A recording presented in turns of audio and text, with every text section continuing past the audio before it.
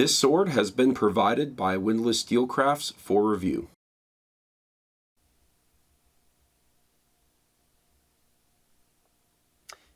Yeah, there's no way this is happening. There is no way I'm going to remember all of the terms for the parts of a Japanese katana.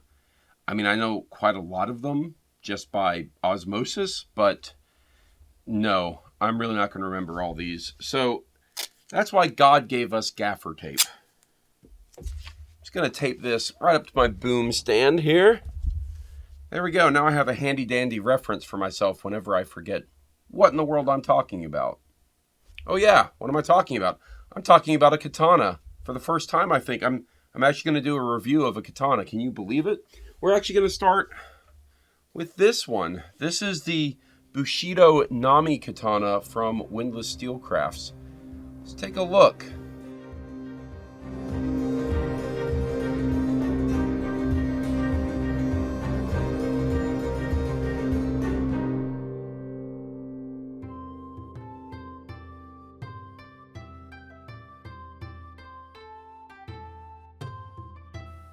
The Bushida Nami Katana from Windlass Steelcrafts.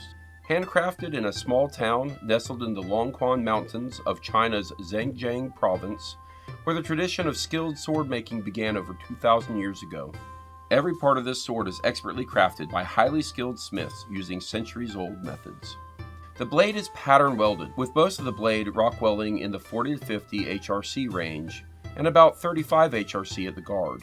The simulated hamon is expertly applied by an artisan. Each blade is honed and must be able to cleanly cut through a sheet of paper before it leaves the factory. The tsuba and pommel are decorated with a Japanese water dragon, ancient symbols of good fortune and wealth. The tsuba, pommel, and fushigashira are made of brass and given an aged finish. The grip is genuine ray skin wrapped with cord, and the wood scabbard has a flat black finish flecked with gold sand patterns. One of the things that's going to feel strangely absent from this review is a history lesson. Usually when I'm reviewing a sword from Windlass Steelcrafts, which sells their swords through a brand called Museum Replicas, I'm reviewing a sword that's based on some museum original, and I can give some sort of little bit of a nugget of history behind it. Whether that's, the Langid Viking sword or the Ulfbert sword, or even if it's not Windlass, just other brands like the Cressy short sword, I can talk about the Battle of Cressy. All of these things are things I can give a little short history lesson on, and I can't really do that here. It's a katana, and not to sound a little bit too harsh in some regards, but a katana is a katana is a katana. A lot of times you might have a replica of a specific type that maybe is seen in a museum, but that is not what this is. And we could debate all day long about whether or not a katana is actually a katana if it hasn't been manufactured in Japan by a Japanese swordsmith. But I'm going to set all that aside and talk about it just as the sword in the form that it is and call it a katana. So, it's a katana. It's got no real history behind it, so I'm going to dive right into talking about the aesthetics and functionality. Aesthetics first, almost always. So, where to start with this? Well, I think I'm actually going to start not with the sword, but actually with the saya over here. So, the saya is actually, I kind of like it. I like that it's got this kind of gold speckling on it. It is, black, and it's lacquered a bit, but it's not as shiny as you would think. And the speckling actually helps in some ways to maybe hide fingerprints. One of the things that I've noticed on any katana that I do own or have handled before that have the highly glossy lacquered finish on the saya is your fingerprints show up on it really easily, and that doesn't happen here. So this feels like you can kind of use it a lot, move it around, hold on to it, and you're not going to be constantly trying to wipe fingerprints off it. And I really like the gold speckling. It is subtle. You don't notice it from afar. It's probably not even visible on the 4K footage here. I'm not sure until I edit, but I'm going to guess it's probably not super apparent unless you really look at it. But up close, it looks pretty nice. It's got a good pattern to it. Everything else with it is just fine. It's pretty basic, nothing really to write home about. There is all the little fittings in here that should be there, that usually belong. The name generally escapes me, but it works. It is wood core, so if I take it out and I show it, It's got a wood core. It's real basic. This feels like plastic around the rim of it. Not certain, but it's a basic saya. It's, again, nothing necessarily to write home about, but it isn't awful looking, and I think it serves its purpose just fine. The sword itself, I have a lot more to say. I'm generally very pleased with this one over here. So again, this is the Bushida Nami Katana. Everything basically from the Tsuba down is great in my mind. I'm very happy with it. But everything on the blade side, I'm a little bit less happy about. So let's actually start with the negative here. This blade is it is done with a pattern weld, and it's not super apparent. Again, one of those things that's a little bit more subtle unless you get the light to hit it just right or take a close-up look. And I'll be honest, I don't necessarily like pattern welding in my katana blades, but it's fine. Where it goes awry for me actually is with the simulated hamon, which is, of course, the kind of wavy pattern down the sharp part of the blade. That is normally put in place on a katana by differential hardening. Basically what that means is a traditionally made katana will have clay basically packed along the edge, and then it is heat treated slightly differently. What that does is it gives the edge of the blade a much harder kind of tempering, and the rest of the blade is slightly softer. That gives it a very good fine cutting edge that will hold, but it also gives it, slightly more resilience as a sword. And it's one of the things that is, I think, beautiful about the way these swords were made historically. But again, the simulated hamon, it's not great. It's got grind lines on it, and I think that's probably what turns me off it. Is you've got this kind of nice speckling of the pattern welding, that Damascus look, but then it's just interrupted by what looks like someone took a fairly heavy grit and just kind of ground it down in a wavy pattern. So does it really matter visually? For some people, it's really going to bother them. It bothers me. At the price point, $250, maybe I would expect more. Also, at $250, I would treat this much more as a cutter. And generally speaking, it's something I'm going to use a lot. I care less about the aesthetics of it because I'm probably going to wreck the aesthetics over time. But that one, it's definitely a little bit of a turnoff. Generally speaking, the rest of the blade is fine. It's got the nice curve. It has the fuller piece. It's got a nice thick spine. It looks like a katana should look. It's when you move down, of course, to the handle portion, to the grip, where you start seeing the good, mostly the good, a little bit of the bad. So the little brass protective piece here, the sleeve is designed, and I believe it's called the hibaki, is designed to fit very flush with the saya, hold it in place. That is how it kind of sticks in and keeps everything from sliding and dropping out. That's the purpose of that. And you also have this kind of ridged piece that goes around as well. That's a separate piece that goes up against the tsuba, protecting both the tsuba and the hibaki. And it feels a little bit tarnished. I've messed with it some. It shows fingerprints. It doesn't look great, and comparing that to some of the other options on these kind of new katanas from Windlass, there are better options out there, let's say. Overall, I really like what they've done with the tsubas. In this case, this is a dragon motif, and I will note, personal preference, my least favorite motif on a katana is a dragon motif. So I'm not sure if they intended to, but Windlass actually probably sent me, of the three options of this Bushido line, they sent me the probably one I'd be least happy with, which is fine. It would never be my first choice. I believe there's a dragonfly motif, which is probably my favorite of the three, but it still looks really nice. It's a very nice tsuba, and again, it's brass, and all of it looks exactly like I'd want it to. It doesn't have a lot of unnecessary gaps or trying to be too overly decorative, and I think it fits the overall aesthetic. Moving down, the rest of the handle, the rest of the grip, it it looks exactly like I would expect. I like seeing genuine ray skin, the pebbling in it, and you see depth. It definitely doesn't look simulated, which I've seen some ray skin that's genuine that still kind of looks simulated. This one looks like ray skin, proper ray skin. And of course you have again, I don't know what they're called, but the charms that are inside the wrapping, they kind of protect, most of the time they protect the pegs, as I understand it, but these don't, so they're just kind of in there. One of the things I will note, kind of from an aesthetic perspective, I don't know that it has mattered much from a functional perspective, is that the little wooden pegs that hold the sleeve that is this entire kind of grip assembly onto the blade, they stick out a little bit more than I think is normal. I'm not really certain. It's not something I've taken a lot of close looks at, but it was one of the things I first noticed on it was, okay, this sticks out a little bit more than I would expect. Again, it hasn't really affected anything functionally, but I'm not sure if that's normal, quite honestly. The dragon motif kind of goes throughout all of this. The charms are dragon motif, and even when you get down to this kind of pommel piece, which I'm not sure what that's called, it's got the dragon motif on it. Overall, this design is probably what I would call the most standard possible katana design you could get. The dragon motif, the black and white wrapping, the pattern welding, I'm not a big fan of, and you see that on some katanas, you don't on others.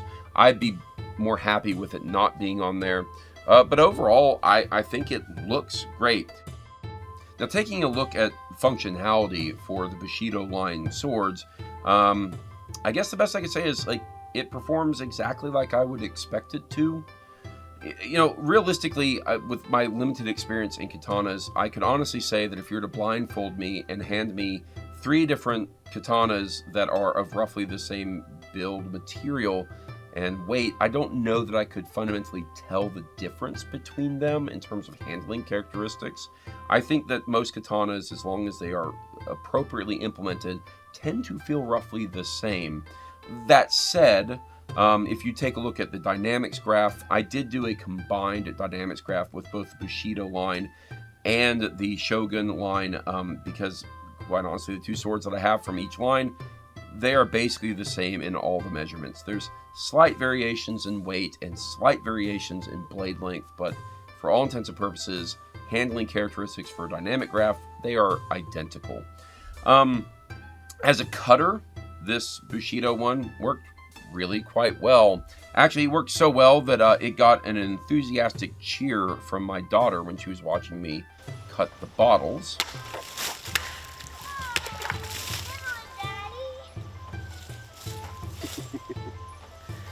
Oh, I love her so very much. Yeah, it was very funny to hear her kind of cheer me on. All right, getting back to the cutting performance of this sword. Yeah, it worked really well. Getting through water bottles, yeah, they're not hard targets to get through.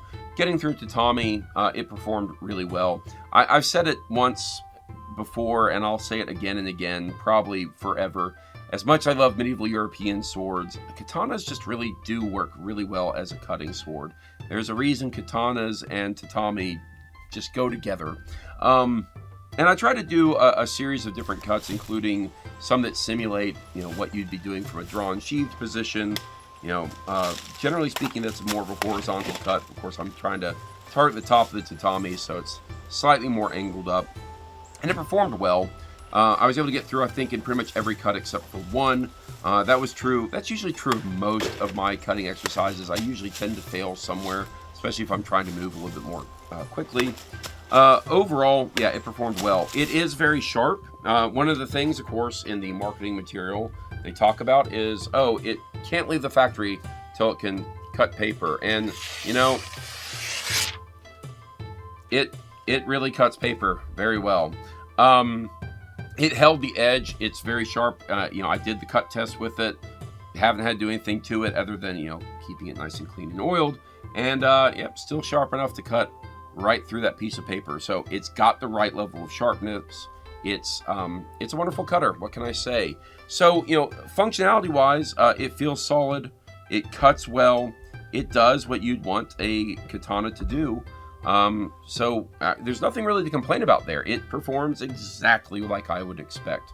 You know, over time, would it maybe not be so good? Would it not hold up to abuse? Maybe, right? I'm not putting this one through abusive tests, but I would imagine that it would maybe struggle a little bit more. One of the things that is a little bit weird about how they're doing the hardening on this particular blade, as I talked about with the Hammond line, you got the little wavy line down here. That is usually differentially hardened so that you got a very hard edge and a softer spine. This is kind of oddly backwards. You actually have a kind of a consistent hardness all the way up through the blade, and then it gets actually softer near the handle. Again, that's a manufacturing decision. I'm sure that's for Windlass keeping this at the price point they want, $250. And that is going to be the big thing that sets this line, this Bushido line, which is, again, 3 swords that Windlass has produced in that line. It's going to set that apart from the Shogun line, because the Shogun line is $150 more. The blade is differentially hardened, and the construction quality and some of the fittings are, I wouldn't say construction quality, but the fittings are a little bit different. Those are like the big differences between the two. So you're looking more for that kind of lower mid-budget range katana. You're not buying a $50 or $100 katana, because I can quite honestly say when you buy a $50 to $100 katana, you're getting a $50 to $100 katana. Yeah, it's not the best. This actually feels like exactly what you would want in kind of a starter level katana. So if this is the type of thing you're looking for a katana, and specifically you're looking for like the dragon motif, then certainly this this Nami katana is probably just right for you. But overall, I think it's fine. Now, a couple other little complaints, little bits of issues that I've seen. One that I have with this particular sword is that fitting it in the saya, it doesn't quite fit all the way flush, and it has in the past felt a little bit looser than I'd want it to be. I'm being very careful not to shake it. It is very sharp. And this is unique to this one. The other sword that Windlass sent me that's part of the Shogun line, the saya fits beautifully like a glove, and this one just doesn't. So it's a little bit loose in there, and I'm not sure that I'm very happy about that. So it might be a one-off. That might just be this one that I have versus all the other ones that could be there. These are handmade. There's always a little bit of variation with that, but that felt like a little bit of an oversight to me, that it didn't have a great fit. So yeah, overall, I'm pretty happy with the Bushido line, although I will say that at the $250 price mark, it might just be a little bit too high for me, for what I'm getting. And this is going to be a near inversion for what I'm going to say for the Shogun line, because I think I'm going to sing a lot more praises of the Shogun, and I think it is at the right price point. So if I actually had to choose between the two lines, I'd actually lean more towards the Shogun, and I will get to that review in my next video. But with this one, I think it's just kind of right on that precipice of, it might be a little bit more than I want to spend.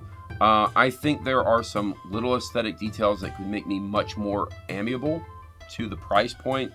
Get rid of the pattern welded look. I'm just not a fan. I would almost prefer not having a simulated Hammond on it. I'm not a fan of that at all. I'd rather have it not have it at all and just be very clear this is not differentially hardened. Get rid of the dragon motif. Get to the dragonfly motif as they have on one of the other ones. And I'm suddenly much more amenable to it, because for me, a katana, again, I said a katana is a katana is a katana. I'm going to want it to function as katana. I'm going to want it to meet the kind of my baseline standard for functionality. But all the rest of what I care about is actually going to be in the aesthetics. Am I very happy with the way this saya looks? Am I very happy with the the fit and finish, and the nice furniture on it, specifically the Suba, which is kind of like the centerpiece of the decoration of a katana. And if all that's where I'd want it to be, then I'm a happy camper. And it just isn't for this one. So when you look at the other two options in the Bushido line, I could see me being much more happy with them. This one's probably a pass for me just on the aesthetics alone, not really on the functionality. So that's really all I have to say about this one. I will be doing a review of the Shogun line in my next review video, so Stay tuned for that, and I'll likely also be doing a third video where I'm doing direct comparisons between the two, just kind of capstone this, but I wanted each of these reviews and videos to at least be somewhat independent. If you liked this review, if you liked this video, don't forget to like, share, and subscribe, and do all the rest of it. And then tell me what you think, especially all you out there who are katana users. There are a lot of you out there that are probably much more passionate about it than I am, who probably have a lot more and much stronger opinions. What are your thoughts on this this sword specifically? What are your thoughts on dragon motifs? What are your thoughts on the pattern welded look? What's your thoughts on the simulated Haman? What are your thoughts on the lack of differential hardening? What are your thoughts on the coloration? What are your thoughts on the gold speckled saya? And just what are your thoughts in general on this sword? So put your comments below in this video. I'd like to learn as much as I can from those who have a lot more hands-on experience and have a lot stronger opinions, shall we say.